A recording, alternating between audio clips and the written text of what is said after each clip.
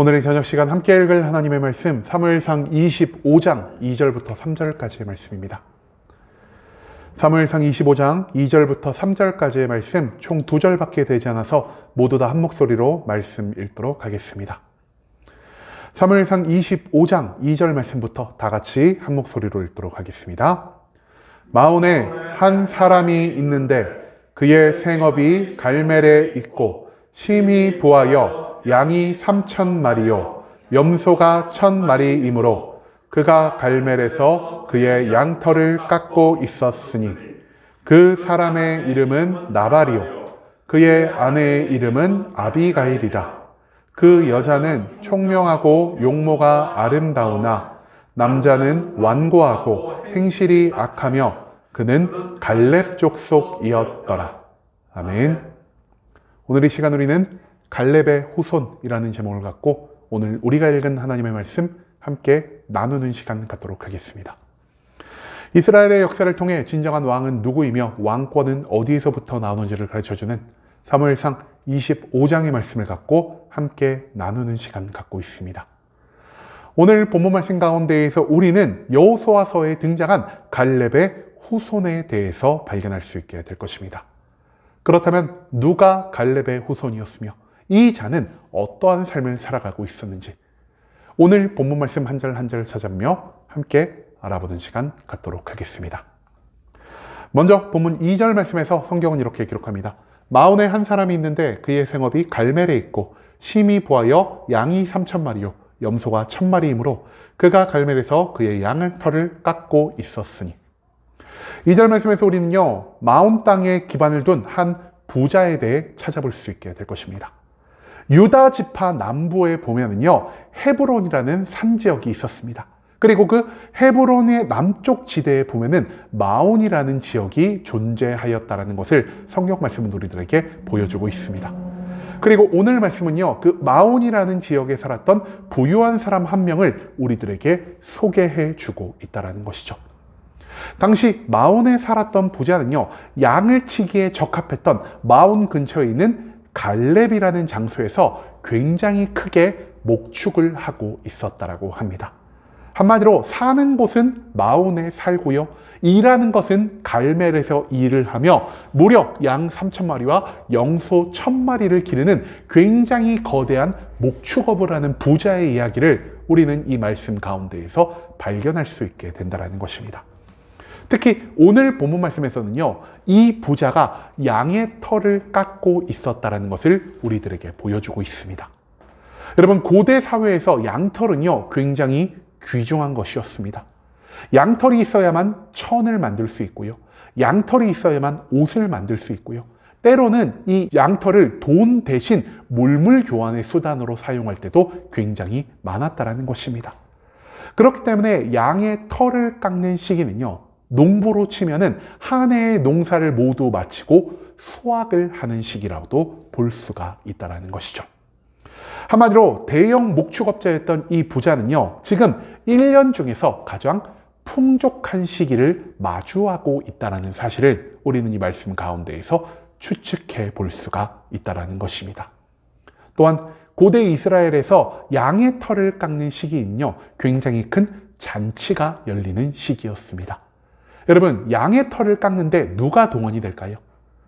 그 양의 주인의 부하들 즉 목동들이나 노예들이 동원이 될 것이고요 손이 모자르면 그 주변에 있는 모든 마을 사람들을 동원해서 양털을 깎는 일이 일어날 것입니다. 양털을 깎기 위해서 그들에게 무엇을 해줘야 할까요? 밥을 먹여야 합니다. 그렇기 때문에 양의 털을 깎는 시기는요 양 특히 많은 양을 가지고 있는 그 주인이요 크게 잔치를 열어서 일꾼들을 먹이고 사람들을 먹이고 주변에 지나다니던 나그네나 고아나 과부들을 함께 배불리 먹이는 그러한 시기였다라는 것입니다. 즉 인색함의 시기가 아닌 베풀고 나누며 함께 기뻐할 수 있는 그 시기가 바로 양의 털을 깎는 부자의 시기였다라는 사실을 오늘 이 말씀 가운데에서 우리는 찾아볼 수가 있다는 것입니다. 그리고 마지막 3절 말씀에서 성경은 이렇게 기록합니다. 그 사람의 이름은 나발이요 그의 아내의 이름은 아비가일이라.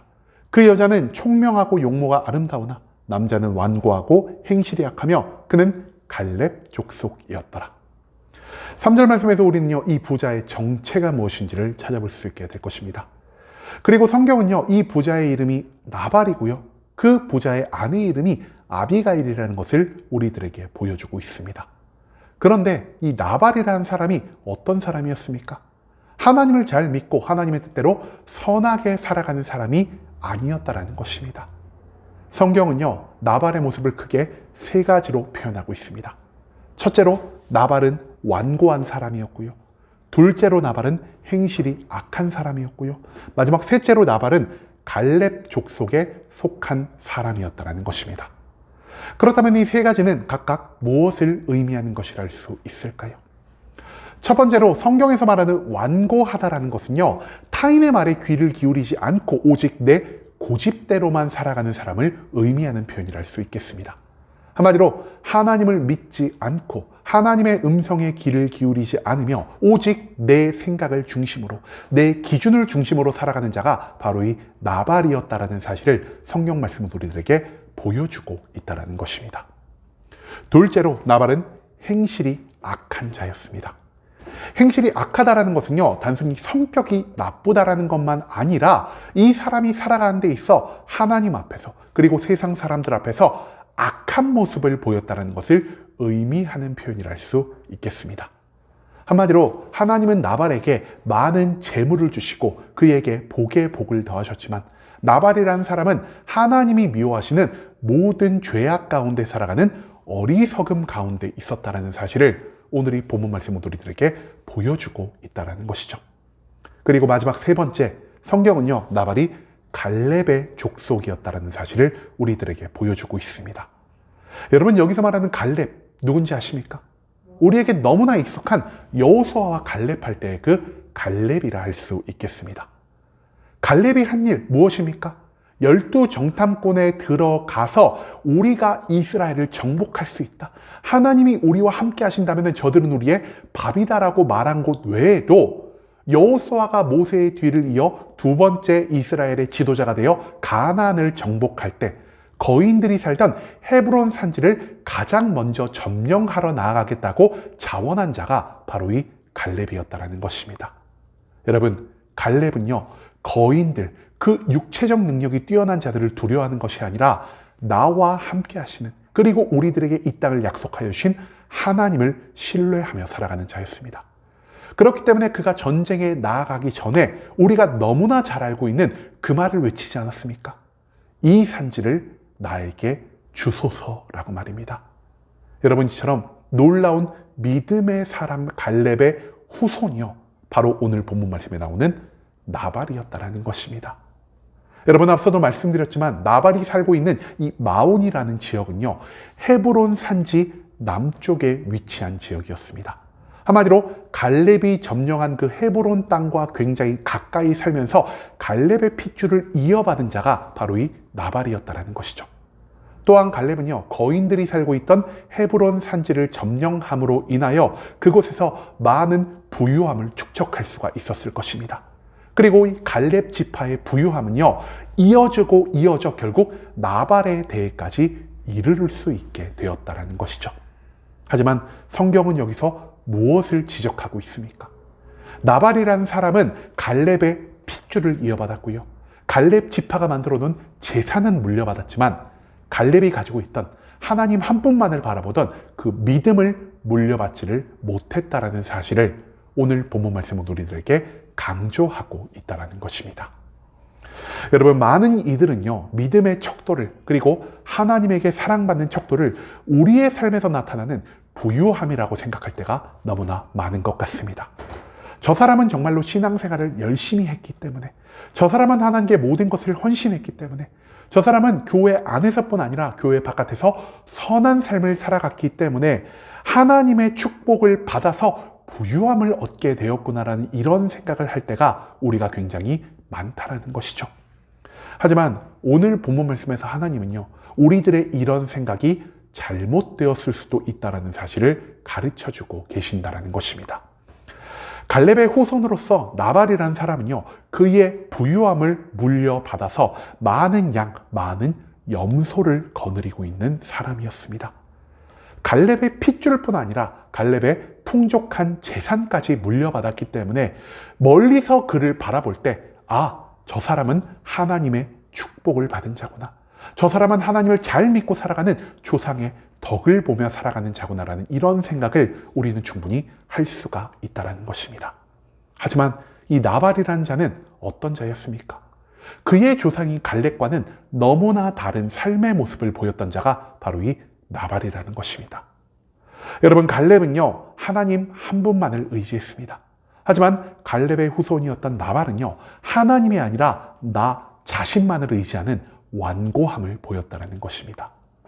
갈렙은요, 하나님이 약속하신 땅을 바라보며 하나님 한 분만을 온전히 신뢰하는 모습을 보였지만, 이 나발이라는 사람은 하나님을 바라보는 것이 아닌 오직 내가 가진 재물만을 바라보았다는 것입니다. 갈렙은 그의 삶의 모든 중심을 하나님께 맡겨드렸지만, 나발의 삶에 있어서 그의 중심은 하나님이 아닌 자기 자신이었다는 사실을 오늘 이 본문 말씀은 우리들에게 보여주고 있다는 것이죠. 즉, 재물은 물려받았으나, 혈통은 물려받았으나 그의 믿음까지는 온전히 물려받지 못한 자가 바로 이 나발이었다는 사실을 우리는 이 말씀 가운데에서 잊지 말아야 한다는 것입니다. 좋은 가문이 있었고요, 많은 재물이 있었고요, 사회적인 성공은 있었을지는 모르지만 나발은 하나님 보시기에 심판받아야 마땅한 죄인이었습니다. 그는 갈렙 가문에서 태어났고 갈렙의 핏줄을 이었고 갈렙의 부유함을 물려받았으나 하나님의 구원에 이르게 하는 그 믿음을 온전히 받지는 못했다라는 것입니다. 여러분, 조상의 믿음으로는요, 구원을 얻을 수가 없습니다. 내가 가진 재물은 내 믿음의 증거가 되지 않을 수 있습니다. 개인은 오직 개인의 믿음만으로 구원을 받는 것이요, 하나님을 기쁘시게 하는 것은 재물이 아닌, 성공이 아닌 우리의 삶 가운데에서 증거되는 온전한 믿음밖에 없다라는 사실을 하나님은 이 말씀을 통해서 우리들에게 선포하고 계신다는 것입니다. 여러분, 우리는 지금 갈렙의 믿음을 이어가는 자입니까? 아니면은 갈렙의 핏줄만을 이어받은 나발의 모습을 닮아가는 자입니까? 내 주변의 믿음, 내 부모의 믿음, 내 조상의 믿음만을 바라보면서 나의 환경에 안주함으로 하나님을 멀리하며 살아가는 자는 하나님이 우리를 위해 예비하신 구원과 축복과 평강에 들어가지 못한다라는 사실을 하나님은 오늘 말씀을 통해서 우리들에게 드러내고 계십니다.